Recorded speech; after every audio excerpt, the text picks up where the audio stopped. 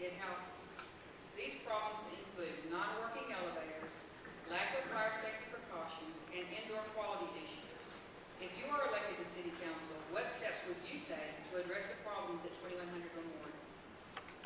There's nothing that I like more than a challenge. And this one is definitely a challenge, and it's one that should have been addressed a long time ago. And the good thing about it is that the Housing Authority is under city government. So as your council member, I would be able to go over to the Housing Authority and maybe shake a few shoulders over there and get somebody's attention and make sure that we were very diligently observing each and every movement that they make in order to make sure that the 2100 Memorial Living Center for Seniors Plus is well maintained and taken care of. There's no reason why it's gotten in that state of disarray and disrepair. We know that there are problems with the Housing Authority, and it's very, very sad. There's an audit going on now about how the monies were spent. Apparently, they haven't been spent well. As your council member, I will make sure that we do have efficient audits and that we do have adequate and actually well-documented reports on how our monies are being spent. And I think what's happened is that the money was not spent in an area where it should have been, and that's why there's neglect and there's blight in this area. And it never should have happened in the first place. It should have been well looked out for. It should have been supervised. It should have never happened. Thank you. And to Mr. Rick Rodriguez, this is our final question. I want you to be thinking of questions to ask from the floor.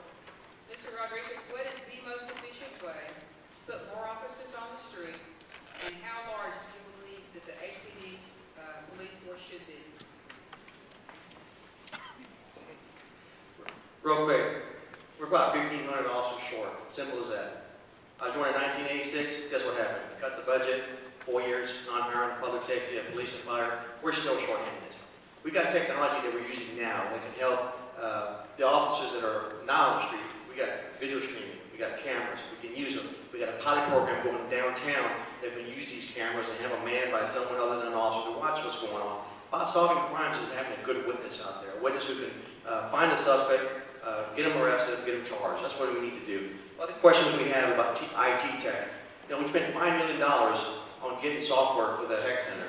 5 years later, they implement something that's 5 years old. Come on, we all got a computer system. What happens when you get a computer system, you get updated, and 10 years later, computer don't work? That's crazy. Spending money, $5 million. These felons, they're coming over here. We need to give the state legislators right now and quit dumping the felons in our neighborhoods. That's crazy. We got kids, we got families out here, but our state legislators are continuing to put fund money for these places to house felons. That's wrong. And secondly, just like 2100 Memorial, we've heard this question.